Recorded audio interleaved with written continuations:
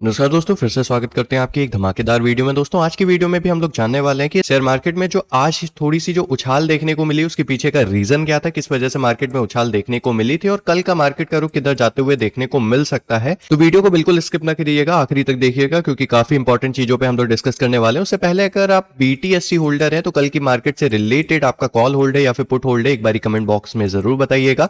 क्योंकि अगर आज की मार्केट की बात करें तो निफ्टी 50 हो गया, सेंसेक्स हो गया, बैंक निफ्टी हो गया, ये तीनों हम लोगों को काफी बढ़िया पॉजिटिव रडार में देखने को मिले थे। अब देखिए यहाँ पे निफ्टी आईटी सेक्टर और बीएससी स्मॉल कैप में गिरावट देखने को मिली थी क्योंकि बीएससी स्मॉल कैप के स्टॉक काफी अच्छे से वर्क नहीं कर रहे थे, उन लोगों के Q3 के नतीजे अच्छे नहीं थे। और निफ्टी आईटी सेक्टर हम लोगों का अच्छे से वर्क करते हुए इसलिए नहीं देखने को मिला क्योंकि हम लोग की यूएस मार्केट में थोड़ी बहुत गिरावट दर्ज की गई। हालांकि गिफ्ट निफ्टी ने काफी अच्छा परफॉर्मेंस दिया था, गिफ्ट निफ्टी काफी बढ़िया हम लोगों को रिकवरी करते हुए देखने को मिल रही है। अब ये जो मार्केट में उछाल आई है इसके पीछे कई कारण बताए जा रहे हैं क्योंकि सेंसेक्स 943 अंक तक ऊपर चढ़ते हुए देखने को मिला, वहीं पे निफ्टी हम लोगों की ऑलमोस्ट 25,000 के ऊपर हम लोग को देखने को मिली। बात करें हम लोग 1 फरवरी की मार्केट की तो हम लोगों ने डिस्कस किया था कि भाई निफ्टी का एक न्यू सपोर्ट जोन हम लोग को देखने को मिला है जो कि है 24,700 से 600 का। ठीक है, ये एक 100 पॉइंट का जोन देखने को मिला है, ये काइंड ऑफ सपोर्ट की तरह वर्क करेगा आज की मार्केट के लिए।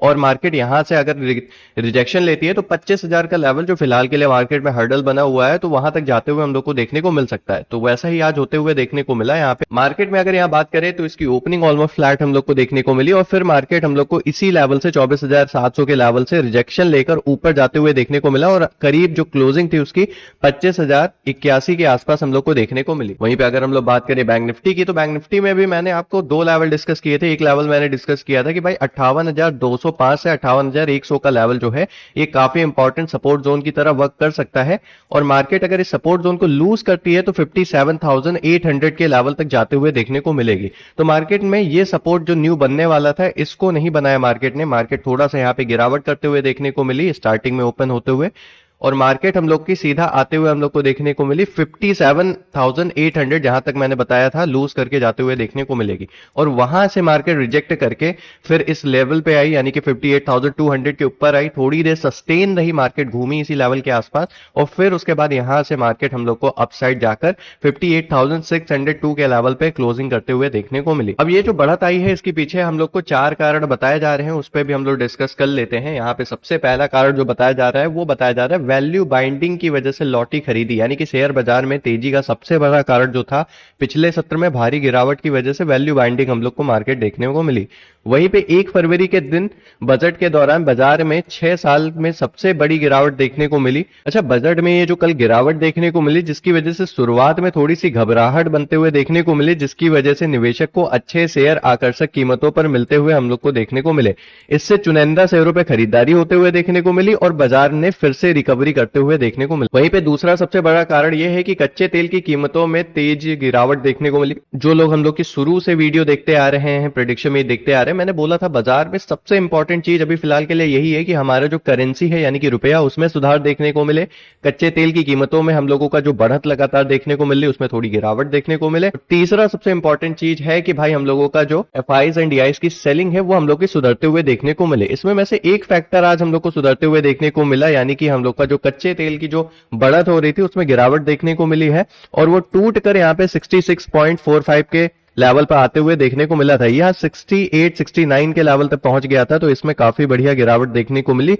कच्चे तेल की कीमतों में नरमी भारत जैसे बड़े तेल खरीदार देशों के लिए राहत मानी जाती है क्योंकि इससे महंगाई पर दबाव कम होता है और चालू खाते व व्यापार संतुलन में सुधार की उम्मीदें बनती है। इसी उम्मीद में शेयर बाजार को काफी बढ़िया सपोर्ट मिला। तीसरा सबसे बड़ी वजह यह है कि भाई बजट के लॉन्ग टर्म संकेत से बड़ा भरोसा मिला है, यानी कि हम लोगों का बजट 2026 को लेकर आए शुरुआती नेगेटिव फीडबैक के बाद अब इसे लॉन्ग टर्म पर देखना चालू किया है और बजट में मैन्युफैक्चरिंग को बढ़ावा देने और ग्लोबल डेटा सेंटर के लिए long term tax incentive, agriculture और पर्यटन सेक्टर के लिए समर्थन जैसे कदमों ने बाजार के सेंटिमेंट्स को मजबूत किया है, जिसकी वजह से निवेशक ने इसको एज अ पॉजिटिव संकेत माना है लॉन्ग टर्म के लिए और उन्होंने इन्वेस्टमेंट करना फिर से स्टार्ट कर दिया है। हालांकि FIs एंड DIs का डाटा अभी देखने को नहीं मिला है, अगर वो भी हम लोग कुछ खरीदारी करते हुए देखने को मिलते हैं तो ये हम लोगों के लिए काफी बढ़िया सीन रहेगा मार्केट में। और अगेन मार्केट जैसे कि हम लोग को पता है बजट के 1-2 दिन बाद से मार्केट हम लोगों की जो रिकवरी है वो करना स्टार्ट कर देती है। अगर गिरावट होती है तो अगेन हम लोग की मार्केट ऊपर जाते हुए देखने को मिल सकती है और रिकवरी आ सकती है।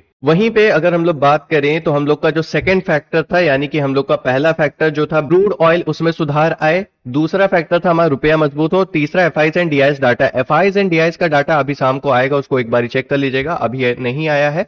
लेकिन हम लोग का जो रुपया है उसकी कीमतें आज थोड़ी बहुत सुधरती हुई हम लोग को देखने को मिली है, जिसकी वजह से भी मार्केट में एक थोड़ा सा मजबूती देखने को मिली है, क्योंकि सोमवार को डॉलर के मुकाबले रुपया 37 पैसा मजबूत होकर 91 रुपए 56 पर पहुंच गया है। वहीं पे कच्चे तेल की कीमतों में गिरावट से रुपए को सहारा मिला है और विदेशी मुद्रा कारोबारियों का कहना यह है कि बजट ने रुपए को राहत भले ना दी हो, लेकिन भरोसा जरूर दिया है। हालांकि सरकार की उधारी योजना निवेशकों के लिए एक चिंता का विषय बनी हुई है। सरकार ने बजट के अगले दिन वित्त में रिकॉर्ड 17.2 लाख करोड़ रुपए उधार लेने की संभावनाएं जताई है। अगर ऐसा कुछ है तो इससे हम लोगों के रुपए जो है, करेंसी जो है, उसमें सुधार आते हुए देखने को मिलेगा। रुपया जो है वो डॉलर के मुकाबले थोड़ा स्थिर होते हुए या स्ट्रांग होते हुए हम लोग को देखने को मिलेगा। वहीं पे ये जो एसटीटी में चेंजेस हुए हैं, यानी कि सिक्योरिटी ट्रांजैक्शन टैक्स में ये जो चेंजेस हुए हैं, यानी कि आपको पता होगा फ्यूचर में जो टैक्स पड़ता था एसटीटी पर वो 0.02% पड़ता था, वो बढ़ाकर 0.05 कर दिया गया है, और ऑप्शन में 0.01 पड़ता था, उसको बढ़ाकर 0.15 कर दिया गया है। अब इससे हुआ क्या है, इससे ट्रेडिंग कॉस्ट बढ़ गई है, जिससे कल future and option heavy stock और ब्रोकरेज शेयर पर दबाव अगेन बने हुए हम लोग को देखने को मिल सकते हैं। वहीं पे सेक्टोरियल इंपैक्ट की बात करें तो सरकार ने इलेक्ट्रॉनिक कंपोनेंट मैन्युफैक्चरिंग के लिए 40,000 करोड़ और कंटेनर मैन्युफैक्चरिंग के लिए 10,000 करोड़ का आवंटन किया है। इनसे जुड़े शेयरों जैसे कि भेल और हेल में हम लोग को कल के दिन अगेन हलचल देखने को मिल सकती है। वहीं पे ग्लोबल मार्केट और गिफ्ट निफ्टी की बात करें तो अमेरिकी बाजार डाउ जोन्स और नैस्डैक में कल गिरावट देखी गई थी, जिसका असर भारतीय बाजार की ओपनिंग पर पड़ सकता है। वहीं पे हम लोग गिफ्ट निफ्टी के संकेतों पर अगर नजर रखें तो क्योंकि यह कल सुबह की ओपनिंग के लिए दिशा तय करते हुए देखने को मिल सकता है, तो गिफ्ट निफ्टी की ओपनिंग देखना काफी ज्यादा जरूरी है कि कल हम लोग की यूएस मार्केट की ओपनिंग कैसी होती है और गिफ्ट निफ्टी हम लोग की कैसी ओपनिंग दिखाती है। इसका डायरेक्टली असर आपके निफ्टी 50 पर देखने को मिलेगा। वहीं पे एफआईज एंड डीआईएस की एक्टिविटी की बात करें तो विदेशी निवेशक की बिकवाली एक चिंता का वजह अभी भी बनी हुई है। बजट के बाद अगर एफआईज की बिकवाली जारी रही तो निफ्टी को ऊपरी स्तरों पर ले जाना काफी ज्यादा मुश्किल रहेगा और रेजिस्टेंस लेवल जो ऊपर बन रहे हैं उसको तोड़ने में काफी ज्यादा मुश्किलात रहेगी। अब रेजिस्टेंस लेवल की बात कर ली है तो डिस्कस कर लेते हैं कहां पे रेजिस्टेंस लेवल देखने को मिल रहा है। देखिए 24,500 से 24,575 का लेवल स्टिल अभी भी ये एज अ सपोर्ट वर्क कर रहा है मार्केट में। मार्केट हालांकि आज हम लोग को 25,000 के लेवल के ऊपर क्लोजिंग देखने को मिली है, जो एक रेजिस्टेंस लेवल था। अगर मार्केट इसी रेजिस्टेंस के ऊपर अगेन कल भी ओपनिंग करती है तो हम लोगों को ये 25,300 या 25,100 के लेवल तक भी जाते हुए देखने को मिल सकती है। वहीं पे अगर बैंक निफ्टी की बात करें तो 58,000 का लेवल हम लोगों का 100 डेमा है। ठीक है, अगर 100 डेमा के ऊपर रहती है बैंक निफ्टी तो ज्यादा बेटर चांसेस रहेंगे बैंक निफ्टी के लिए कि पॉजिटिव ही संकेत क्रिएट हो। अगर निफ्टी में फिर से 24,500 के लेवल के नीचे आते हुए हम लोग को देखने को मिलती है तो फिर हम लोगों का 24,300 के लेवल तक गिरावट करते हुए देखने को मिल सकती है। वही बैंक निफ्टी 58,000 का स्तर बहुत महत्वपूर्ण है, इसको अगर तोड़ता है तो 57,000 तक के द्वार खुलते हुए हम लोग को देखने को मिलेंगे। वहीं पे Q3 के नतीजे का सीजन चल रहा है, बड़ी कंपनियां अपने परिणाम कल बाजार में देते हुए देखने को मिल सकती हैं, जिससे बाजार की दिशा तय होते हुए देखने को मिल सकती है। अच्छा, सबसे बड़ी न्यूज ये देखने को मिल रही है कि आरबीआई पॉलिसी आ रही है, यानी कि अगले हफ्ते आने वाली आरबीआई की मौद्रिक नीति से पहले बाजार में थोड़ी सावधानी यानी कि कॉशन रखना होगा आपको, और मार्केट में हो सकता है थोड़ी बहुत हलचल देखने को मिले इसकी वजह से। एक बारी हम लोग सबसे इंपॉर्टेंट चीज यानी कि मार्केट की टेक्निकल एनालिसिस कर लेते हैं ताकि हम लोग को आइडिया लग जाए कि कल की मार्केट किधर जाते हुए देखने को मिल सकती है या क्या करते हुए देखने को मिल सकती है। देखिए सबसे इंपॉर्टेंट चीज ये है कि भाई निफ्टी की क्लोजिंग, क्योंकि निफ्टी की क्लोजिंग 25,081 के लेवल पर तो जरूर हुई है, लेकिन 25,000 से 25,100 का लेवल ये काफी strong as a resistance work करने वाला है फिलहाल के लिए। अगर मार्केट कल फ्लैट ओपन देके इस रेंज को तोड़ती है, 25,100 के लेवल पे ऊपर जाती है और टिकती है कम से कम 15 से आधे घंटे, तो यहां से मार्केट अगेन हम लोगों को ऊपर जाते हुए देखने को मिलेगी और 25,200 से 25,300 के लेवल पर भी जाते हुए देखने को मिल सकती है। यह एक रिकवरी मिल सकती है, लेकिन क्योंकि ये एक रेजिस्टेंस लेवल है, अगर मार्केट इसको तोड़ने में कामयाब नहीं रहती है तो यहीं से रिजेक्ट होकर मार्केट में अगेन मार्केट यहां पे 24,900 या 24,700 के लेवल तक आते हुए हम लोग को देखने को मिल सकती है।